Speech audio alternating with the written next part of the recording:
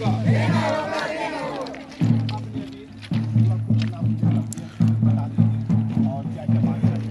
थोड़ा जल्दी बोलिए।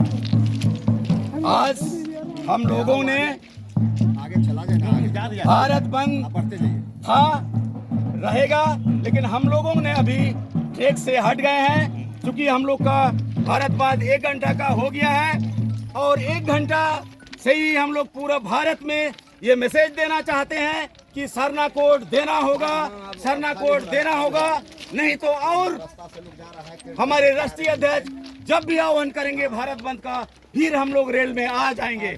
और इसलिए भारत सरकार मोदी जी को और भारत के महामहिम राष्ट्रपति द्रौपदी मैडम को हम इस रेल ट्रैक चंडिल से ये मैसेज देना चाहते हैं कि जल्दी विचार कीजिए। भारत के 15 करोड़ आदिवासियों को यदि आप सरना धर्म कोड नहीं देंगे तो आप गद्दी से आपको हटना होगा, क्योंकि 15 करोड़ आदिवासी अब मानेगा नहीं।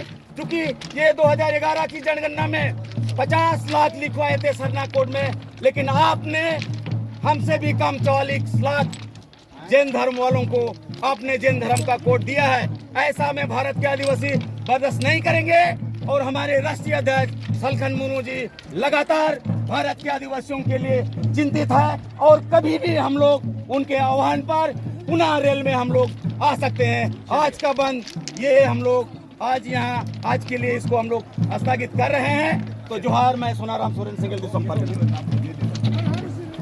जिंदाबाद।